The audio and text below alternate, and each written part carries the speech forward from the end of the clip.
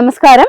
ബംഗാളിന്റെ മണ്ണിൽ പ്രായപൂർത്തിയാകാത്ത പെൺകുട്ടി ക്രൂരമായി ബലാത്സംഗം ചെയ്യപ്പെട്ട് കൊല്ലപ്പെട്ടപ്പോൾ അതിനെതിരെ പ്രതിഷേധിക്കാനിറങ്ങിയ സ്വന്തം പാർട്ടി പ്രവർത്തകരുടെ മുഖത്തടിക്കുന്ന മമതാ ബാനർജിയാണ് ലോകം കണ്ടത്.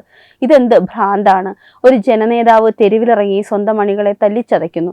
അധികാരം നഷ്ടപ്പെട്ടെങ്കിലും അവരുടെ ആ മനോഭാവം ഒട്ടും മാറിയിട്ടില്ലെന്നാണ് വീഡിയോ ദൃശ്യങ്ങൾ വിളിച്ചോതുന്നത്. താൻ പറയുന്നതാണ് നിയമം, തന്റെ വാക്കാണ് വേദവാക്യം എന്ന അഹങ്കാരമാണ് അവരെ കൊണ്ട് സ്വന്തം പാർട്ടി പ്രവർത്തകരെ പൊതുസ്ഥലത്ത് വെച്ച് അടിച്ചത്. ബറിയുപൂരിലെ പെൺകുട്ടിയുടെ ക്രൂരമായ കൊലപാതകവും പീഡനവും ബംഗാളിന്റെ മനസാക്ഷിയെ ഉണർത്തേണ്ടതായിരുന്നു. എന്നാൽ പ്രതിഷേധിക്കാൻ ഇറങ്ങിയ സ്വന്തം പ്രവർത്തകരെ മർദ്ദിക്കാൻ കാണിച്ച ഈ അമിതാവേശം മമതയുടെ മുൻഗണന എവിടെയാണെന്ന് വ്യക്തമാക്കുന്നു.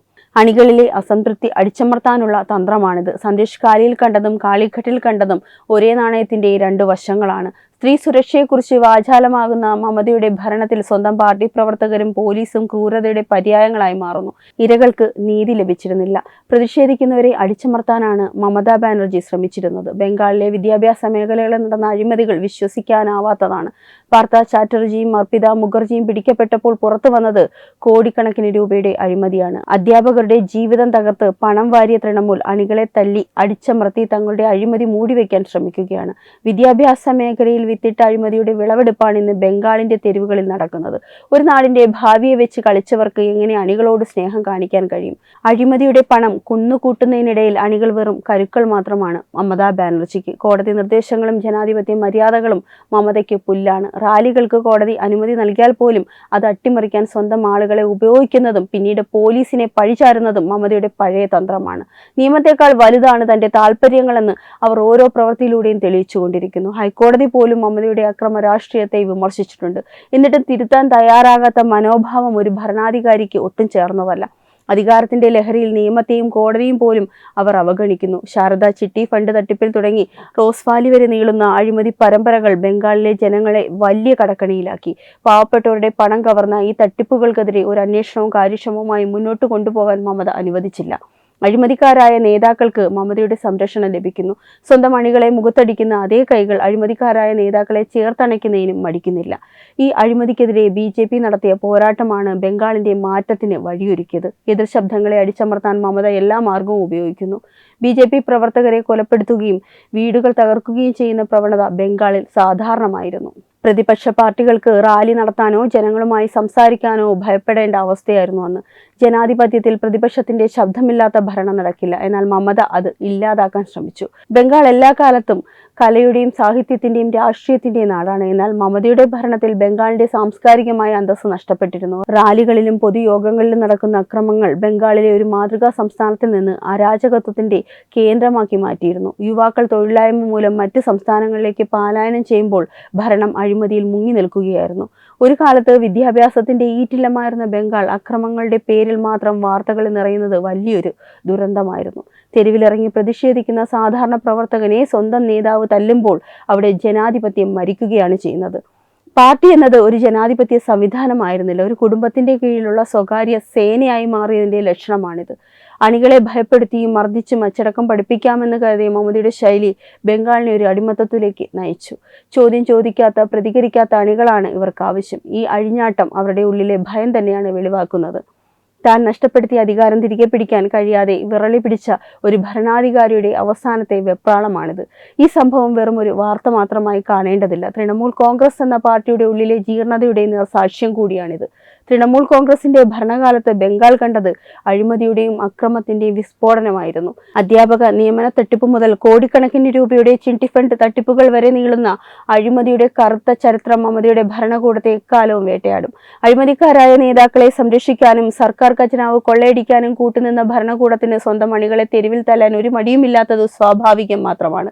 അഴിമതിയിലൂടെ നേടിയെടുത്ത സമ്പത്തും അധികാരവും നിലനിർത്താൻ ഏത് രീതിയിലുള്ള അക്രമവും പ്രയോഗിക്കാൻ അവർ മടിച്ചില്ല. പ്രതിഷേധിക്കുന്ന വിദ്യാർത്ഥികളെയും യുവജനങ്ങളെയും അടിച്ചമർത്തുന്നതിനും സ്വന്തം പാർട്ടി പ്രവർത്തകരെ പോലും മർദ്ദിക്കുന്നതും തങ്ങളുടെ അഴിമതികൾക്കെതിരെ ഉയരുന്ന ഏത് സ്വരത്തെയും തല്ലിക്കെടുത്താൻ മമത കാട്ടിയ അതിരുകടന്ന ഭയമാണ്. ബംഗാളിന്റെ വികസനം മുരടിപ്പിച്ച് തൊഴിലില്ലായ്മ വർദ്ധിപ്പിച്ച് ഒടുവിൽ അണികളെ പോലും വെറുക്കുന്ന രീതിയിലേക്ക് മാറിയ മമതയുടെ ഭരണകൂടം ജനങ്ങളിൽ നിന്ന് പൂർണ്ണമായും ഒറ്റപ്പെട്ടു കഴിഞ്ഞു. ഈ അക്രമ രാഷ്ട്രീയം ബംഗാളിന്റെ സാംസ്കാരിക പൈതൃകത്തിന് തന്നെ വലിയൊരു കളങ്കമാണ്. കാലം മാറി കോലം മാറി ഇന്ന് ബംഗാൾ അനുഭവിക്കുന്നത് ജനാധിപത്യത്തിന്റെ പുത്തൻ വസന്തമാണ്. മമതയുടെ കാലത്തെ അക്രമങ്ങളും അഴിമതികളും കണ്ട് വിരസത പൂണ്ട ബംഗാൾ ജനത ഇപ്പോൾ സുവേന്ദു അധികാരിയുടെ നേതൃത്വത്തിൽ വികസനത്തിന്റെയും നീതിയുടെയും പുതിയൊരു പാതയിലാണ് സഞ്ചരിക്കുന്നത്.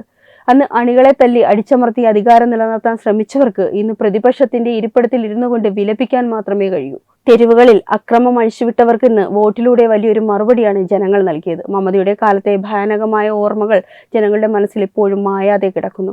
തല്ലിയും ഭീഷണിപ്പെടുത്തിയും ഭരണം തുടരാമെന്ന മമതയുടെ ആ തന്ത്രങ്ങൾ ബംഗാളിൽ ഇനി വിലപ്പോവില്ല. ജനാധിപത്യത്തിൽ അധികാരമല്ല വലുത്, ജനങ്ങളുടെ ശബ്ദമാണ്. ആ ശബ്ദത്തെ അടിച്ചമർത്താൻ നോക്കിയവർക്ക് അർഹമായ ശിക്ഷ ജനങ്ങൾ നൽകി കഴിഞ്ഞു.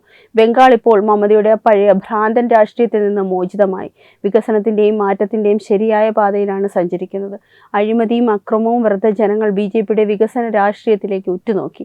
മമതയുടെ അക്രമ രാഷ്ട്രീയം BJPയുടെ വികസന രാഷ്ട്രീയത്തിന് മുന്നിൽ തകർന്നടിയുമെന്നത് ഉറപ്പായിരുന്നു. സുവേന്ദു അധികാരിയുടെ നേതൃത്വത്തിലുള്ള ഭരണമാണ് ബംഗാളിന് ആവശ്യം. ഇന്ന് ബംഗാൾ ആ മാറ്റം അനുഭവിച്ചുകൊണ്ടിരിക്കുകയാണ്. മമതയുടെ ഭ്രാന്തൻ രാഷ്ട്രീയത്തിന് ജനങ്ങൾ നൽകിയ മറുപടിയാണ് ഇന്നത്തെ മാറ്റം. അധികാരം എത്രത്തോളം കൂടുന്നുവോ അത്രത്തോളം അഹങ്കാരം വർദ്ധിക്കുമെന്നതിന്റെ ഉദാഹരണമാണ് മമതാ ബാനർജി.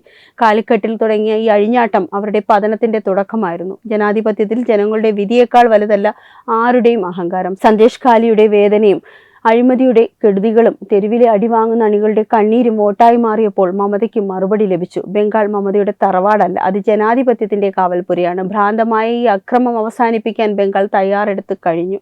ബംഗാളിലെ തെരുവുകൾ ഇന്ന് മമതയുടെ ക്രൂരതയുടെ പഴയ ചരിത്രങ്ങളെ ഓർമ്മിപ്പിക്കുന്നു. ജനാധിപത്യം ശ്വാസം മുട്ടി മരിച്ച ആ കാലഘട്ടം ഇന്നൊരു പാഠമാണ്. അണികളെ തല്ലിയും ഭീഷണിപ്പെടുത്തിയും ഭരണം തുടരാമെന്ന വ്യാമോഹം മമതാ ബാനർജി ഉപേക്ഷിക്കേണ്ടിയിരിക്കുന്നു. ഇന്ന് ബംഗാൾ പുതിയ നേതൃത്വത്തിലാണ്. ഈ അക്രമങ്ങളുടെ പാഠം ഉൾക്കൊണ്ട് വികസനത്തിന്റെ പാതയിലാണ് ബംഗാൾ സഞ്ചരിക്കുന്നത്. ഈ വാർത്തയെ പറ്റിയുള്ള നിങ്ങളുടെ അഭിപ്രായങ്ങൾ കമന്റിൽ അറിയിക്കുക.